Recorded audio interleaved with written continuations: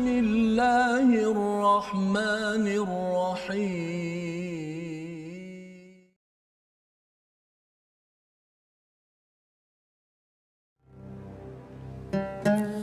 صلى الله على محمد صلى الله عليه وسلم صلى الله على محمد صلى الله عليه وسلم أنت شمس أنت بدر أنت نور فوق نوري أنت إكسير وغالي أنت مصباح الصدور.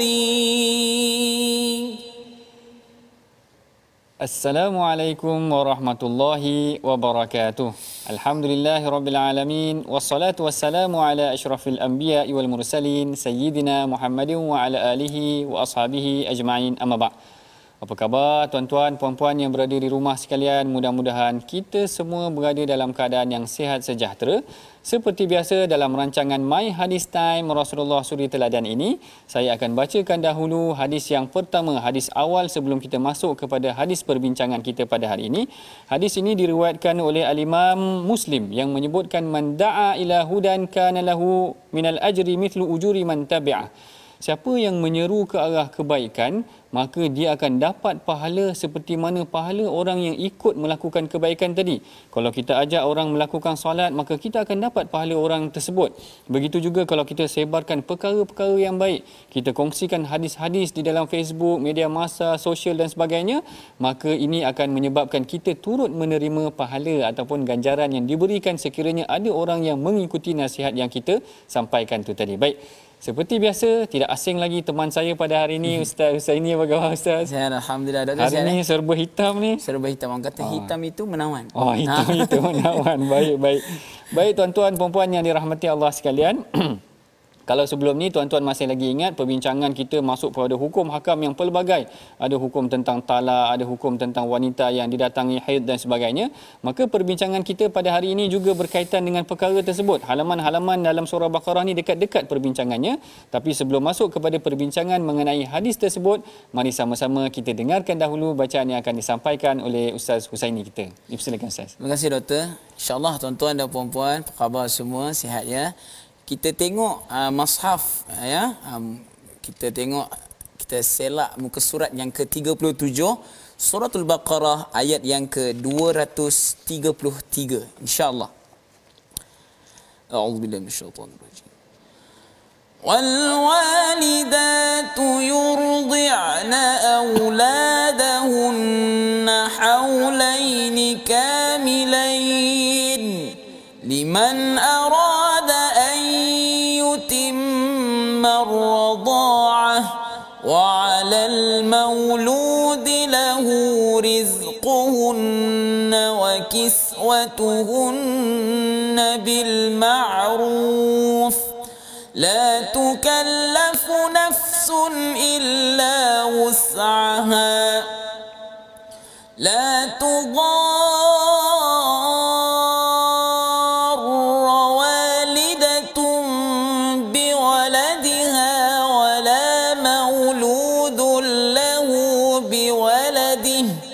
وعلى الوارث مثل ذلك فإن أرادا فصالا عن تراض منهما وتشاور فلا جناح عليهما وإن أردتم أن تسترضعوا فلا جناح عليكم إذا سلمتم ما آتيتم بالمعروف واتقوا الله واعلموا أن الله بما تعملون بصير. صدق الله العظيم. Sadaqallahul Azim. Begitulah ayat yang dibacakan tadi oleh Ustaz Husaini kita, ayat daripada 233 daripada suratul Baqarah yang menceritakan secara umumnya mengenai tentang ibu-ibu yang sekiranya ingin menyusukan anak susuannya, maka Allah Taala kata, dan ibu-ibu hendaklah menyusui anak-anaknya selama 2 tahun penuh bagi mereka yang ingin menyusui secara sempurna. Baik, mengenai tentang anak susuan ataupun susuan ini ada juga disebutkan dalam hadis pengalaman ataupun perkongsian yang dikongsikan oleh Al-Imam Muslim. Apakah hadis tersebut? Mari sama-sama kita perhatikan hadis ini dalam slide kita, perbincangan kita pada hari ini, tuan-tuan.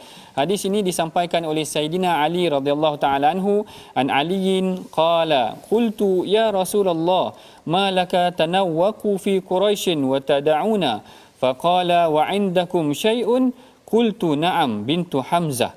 فقال رسول الله صلى الله عليه وسلم إنها لا تحل لي إنها ابنة أخي من الرضاعة. Maksudnya, daripada Sayyidina Ali radhiyallahu taala anhu, beliau berkata, aku bertanya Rasulullah sallallahu alaihi wasallam, wahai Rasulullah, kenapa kamu mengutamakan wanita Quraisy dan meninggalkan wanita kami sebagai isteri, iaitu diambil sebagai isteri? Kemudian Rasulullah bertanya, ada yang sesuai untuk aku? Maka aku berkata, ya, iaitu anak perempuan Hamzah. Maka Rasulullah sallallahu alaihi wasallam bersabda, dia tidak halal untuk aku, dia adalah anak perempuan kepada saudara susuanku. Hadis ini diriwayatkan oleh Al-Imam Muslim. Menarik hadis ni, bagaimana kita boleh perhatikan sebenarnya ada kaitan antara adik-beradik susuan ini sehingga menyebabkan anak mereka jadi seperti macam seakan-akan anak kepada adik-beradik ataupun anak saudara sendiri. Ustaz ini maknanya kaitan susuan ni walaupun sekadar saudara susuan, maka dia akan membentuk hubungan yang agak erat sehingga Allah Ta'ala meletakkan garis panduan yang tertentu mengenai tentang anak susuan ini. Baik, perbincangan yang lebih lanjut mengenai hadis ini akan kita teruskan lagi selepas daripada ini.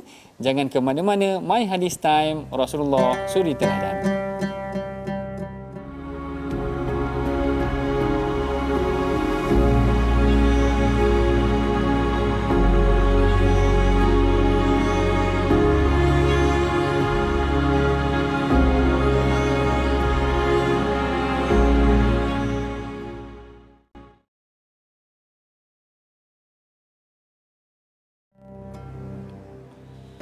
Alhamdulillah, tuan-tuan dan puan-puan, kembali kita sekali lagi dalam My Hadis Time, Rasulullah Suri Teladan. Sebentar tadi kita telah pun mendengar bacaan hadis daripada Dr. Sanusi. Kita nak lihat siapakah tokoh perawi yang meriwayatkan hadis yang dibacakan sebentar tadi oleh Dr. Sanusi sebentar tadi. Baik, tokoh perawinya ialah Sayyidina Ali bin Abi Talib, ya, seorang sahabat Nabi sallallahu alaihi wasallam yang cukup kita kenal. Beliau merupakan budak-budak Doktor, yang kanak-kanak, budak-budak pula, kanak-kanak yang pertama memeluk agama Islam. Dan Sayyidina Ali bin Abu Talib juga adalah orang yang menggantikan tempat Nabi sallallahu alaihi wasallam di tempat tidur Nabi, Doktor. Masya-Allah. Maknanya Sayyidina Ali ni seorang yang turut sama berjuang bersama dengan Rasulullah, ya. Baik, kalau tuan-tuan ingin tahu lebih lanjut mengenai tentang Sayyidina Ali, kita ada 3 poin yang akan kita kongsikan pada hari ini. Perhatikan slide kita. Tokoh perawi kita pada hari ini adalah Sayyidina Ali bin Abu Talib. Beliau adalah kanak-kanak pertama yang memeluk Islam sebagaimana yang disebutkan oleh Al-Imam Ibnu Ishaq. Yang keduanya, beliau adalah sepupu Rasulullah yang banyak bersama dengan Rasulullah dalam banyak keadaan. Dan yang ketiganya, disifatkan oleh Rasulullah sebagai lelaki yang disayangi oleh Allah dalam perang Khaybar. Yang ni saya nak kongsikan sedikit cerita berkenaan tentang Sayyidina Ali. Sebenarnya pada hakikatnya dalam perang Khaybar, tentera Islam sukar untuk menembusi kubu-kubu Khaybar. Khaybar ni, Yahudi ni, dia banyak kubu-kubu dia. Dia banyak kubu-kubunya. Jadi Rasulullah tak boleh nak masuk, tentera Islam tak boleh nak masuk. Akhirnya Rasulullah kata, la'atiyanna rayata ghadan ila rajulin yuhibbullahu yuhibbu. Rasulullah kata, aku akan bagi bendera ni kepada seorang lelaki lelaki ni akan menembusi kubu Khaybar tadi, dan dia adalah seorang lelaki yang disayangi oleh Allah dan Rasulnya. Jadi semua sahabat tertanya-tanya, siapa lelaki yang Rasulullah puji macam tu, disayangi Allah dan Rasul ni tadi. Kalau tak silap saya, dalam riwayat Umar pun datang dalam keadaan macam nak tinggikan diri dia ataupun menjengkit, kalau tak silap saya, tinggikan diri supaya Rasulullah nampak dia dulu. Rasulullah nampak dia dulu. Tetapi bila semua sahabat dah kumpul, Rasul kata, Aina Ali? Mana Saidina Ali? Mana Ali? Lalu Rasul pun, kalau tak silap saya ketika itu istaka bi'ainih. Saidina Ali tengah sakit mata, lalu Rasul hembuskan atau ludahkan pada matanya elok, dan Saidina Ali lah yang memegang bendera menuju ke arah tentera Khaybar ataupun ke arah kubu Khaybar, membuka kubu-kubu yang telah tertutup, maknanya susah tentera Islam nak masuk. Jadi yang ni adalah sedikit perkongsian tentang tokoh perawi kita pada hari ini. Kita masuk seterusnya kepada tentang susuan tadi. Wal walidatu yurda'na auladahunna. Ibu-ibu yang nak menyusukan susuan, maka dia boleh susu selama 2 tahun.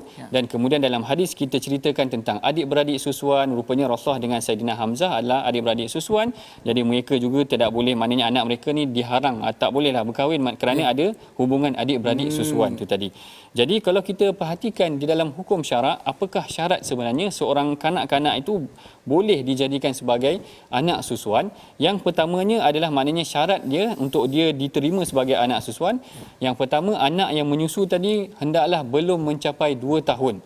Maknanya kalau anak tadi dah lebih 2 tahun tak dianggap dah sebagai anak susuan, dah besar dah. Dah besar dah. Dan jika selebihnya, jika lebih 2 tahun, maka penyusuan tu tak menjadikan mahram lah antara dia dan ibu dan adik-beradik anak-anak kepada ibu susuan tu tadi. Dan yang keduanya adalah kanak-kanak tu mesti disusui sebanyak 5 kali kenyang. 5 kali kenyang ni maknanya atas adat kita tengok kalau budak tu kenyang, kenyang lah. Sebab kadang kalau ibu tu susu kan kejap dia berhenti nak main ke apa. Yalah. Dah cukup kenyang ke belum? Penilaian tu adalah berdasarkan uruf. Kalau uruf kata ataupun kalau keadaan tu kata memang dah lebih 5 kali dia menyusukan budak tu, maka budak tu dah disesuaikan ataupun boleh dijadikan sebagai anak susuan. Jadi perbincangan daripada Muzakarah Fatwa Kebangsaan sebenarnya pernah membincangkan tentang anak-anak yang sebegini. Kerana kadang-kadang ada beberapa isu, sebagai contoh yang disebutkan dalam muzakarah, dia kata ada mungkin ibu yang kekurangan susu dan mempunyai penyakit kronik, yang mana dia tak boleh nak menyusukan anak dia, kemudian mungkin ibu dia telah meninggal kemalangan dan sebagainya, maka boleh diserahkan anak ni kepada orang lain untuk menyusukan. Tetapi ada syarat dia lah. Maknanya syarat-syaratnya ibu tersebut hendaklah dikenali dan didaftarkan. Kerana kita bimbang nanti anak tu dah besar, dia tak tahu siapa ibu susuan dia. Dia kahwin pula dengan anak kepada ibu susuan dia tu, kan dah tak boleh. Jadi perkara ni mesti disusun dengan baik. Kerana kita jangan anggap main-main. Kadang-kadang saya bimbang juga anak-anak ni, kita tak tahu, kita ingat kita boleh main sesiapa je bagi susu kepada dia. Tapi kita tak tahu sebenarnya dalam agama benda tu memberikan kesan. Sebab itulah Rasulullah SAW apabila ditawarkan tadi kepada anak Saidina Hamzah, maka dia kata tak boleh, dia adalah anak kepada saudara susuan aku. Jadi maknanya dari aspek anak susuan ni ada keadaan dia, ada perkara yang kita kena lihat supaya kita boleh bincangkan dari aspek hukum ataupun perbincangan mengenai perkara tersebut tu tadi. Bahkan ada juga perbincangan mengenai dia mesti disusukan dengan badan ke ataupun boleh tak disusukan dengan botol. Perbincangan ulama menyatakan sebenarnya tak menjadi masalah. Maknanya tak semestinya dengan susu badan ataupun tak boleh saja dengan susu botol, kerana hasratnya tu adalah susu tu sampai kepada perut budak tu. Kenyang dia cukup dua syaratnya tu tadi, kenyangnya dia dan cukup kurang daripada 2 tahun, maka dia dah layak untuk dikenakan ataupun dikira sebagai anak susuan. Jadi perbincangan yang lebih lanjut kita akan teruskan lagi selepas daripada ini. Jangan ke mana-mana. My Hadis Time, Rasulullah Suri Teladan.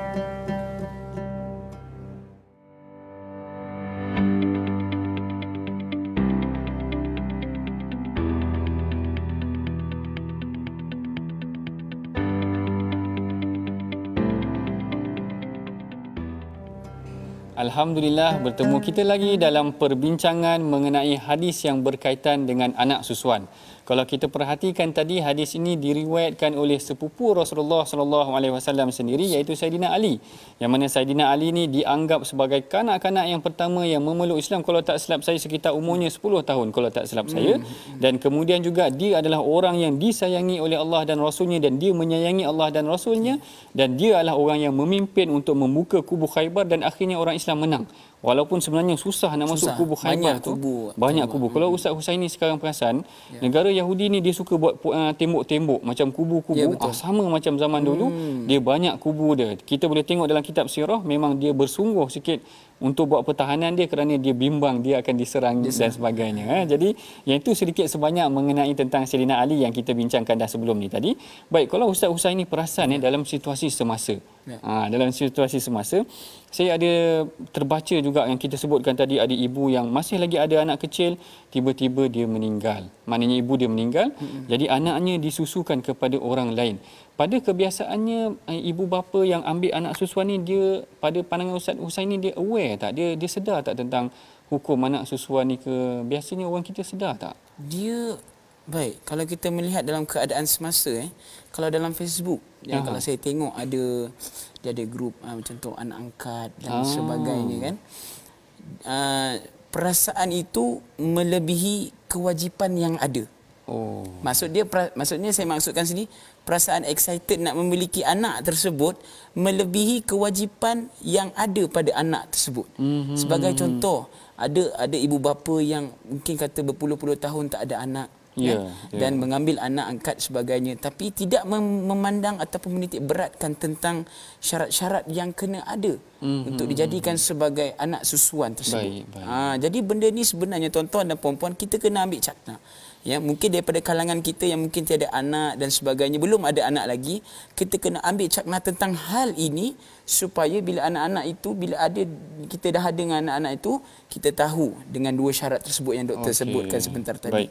Kalau Ustaz Husaini perasan juga, sebenarnya Majlis Fatwa Kebangsaan pernah membincangkan isu tentang mewujudkan tabung susu ataupun bank susu. Kerana untuk menangani isu-isu beginilah, maknanya ibu yang kehilangan ke ataupun ada sakit kronik ke, jadi mereka meninggalkan anak, boleh tak anak-anak ni ambil bank daripada bank susu tadi? Maknanya boleh ke sesiapa saja sumbangkan susu mereka? Jadi kalau tak silap saya, Majlis Fatwa Kebangsaan ketika itu tidak berapa setuju dengan isu tersebut, kerana dibimbangi, maknanya kita tak tahu nanti nasab dia ke mana, siapa ibu susu dia, susu diambil daripada siapa dan sebagainya kan. Dan dalam situasi yang sebegini juga, seorang pakar dalam bidang fiqh iaitu Dr. Wahbah Zuhaili. Dr. Wahbah Zuhaili pernah memberikan pandangan dalam situasi sekiranya seorang ibu ingin menyusukan anak yang bukan daripada anaknya, iaitu nak jadi ibu susuan, maka hendaklah susu yang diberikan tu oleh anak tersebut daripada wanita yang dikenali sahaja dan tidak dicampur dengan orang lain, supaya dapat dikenal pasti nasabnya ataupun adik-beradik, keturunan dan sebagainya. Ini sebenarnya penting dari aspek hukum syarak. Baik, inilah perbincangan yang agak sedikit ringkas mengenai tentang anak susuan dan hukum-hukum yang berkaitan dengannya. Mari sama-sama juga kita perhatikan pengajaran dan resolusi yang kita belajar daripada hadis yang kita baca pada hari ini, iaitu resolusi yang pertama mengenai tentang kita hendaklah merujuk dan mematuhi panduan yang telah digariskan oleh Islam mengenai anak susuan. Maknanya ada undang-undang yang tertentu. Yang kedua, kita diperintahkan agar memperbetul atau memberi teguran terhadap pandangan yang tidak menepati syarak, yang dilakukan oleh Rasulullah kepada Saidina Abdullah, kepada pandangan yang diutarakan oleh Saidina Ali tadi. Rasulullah kata tak boleh, aku tak boleh buat sedemikian. Rasulullah perbetulkan. Dan yang ketiganya, berusaha menjadikan diri tergolong daripada golongan orang yang disayangi oleh Allah. Baik, kita telah pun hampir sampai ke penghujung rancangan. Saya seperti biasa menyeru kepada tuan-tuan, puan-puan yang berada di rumah, marilah sama-sama kita menyumbang ke arah tabung gerakan Al-Quran. Mudah-mudahan dengan sumbangan tuan-tuan kita akan memperbanyakkan lagi program-program pengajian Al-Quran dan hadis. Dan seperti biasa, bagi memberkati juga pengajian kita pada hari ini, saya menjemput Ustaz Husaini untuk memimpin bacaan doa. Terima kasih Doktor. InsyaAllah tuan-tuan dan puan-puan, jom kita sama-sama menadah tangan memohon kepada Allah Subhanahu Wa Taala supaya diberikan ketenangan dalam jiwa kita. Ya, selalu kita minta kepada Allah, doa itu sebagai senjata orang mukmin. Insya-Allah. Bismillahirrahmanirrahim. Alhamdulillahi Rabbil Alamin. Wassalatu wassalamu ala ashrafil anbiya'i wal mursalin wa ala alihi wa sahbihi ajma'in. Ya Allah, ya Tuhan kami menadah tangan memohon kepadamu, ya Allah. Kau jadikanlah kami hamba-Mu yang menurut segala perintah-Mu, ya Allah, dan menjauhkan diri kami daripada melakukan segala larangan-Mu, ya Allah. Ya Allah, ya Tuhan kami, Engkau jagalah hati-hati kami ini, ya Allah, daripada anasir luar, ya Allah, yang boleh memudaratkan diri kami, keluarga kami, ya Allah. Ya Allah, ya Tuhan kami memohon kepadamu, ya Allah, jagalah anak-anak kami ini, ya Allah, daripada perkara-perkara yang keji, ya Allah.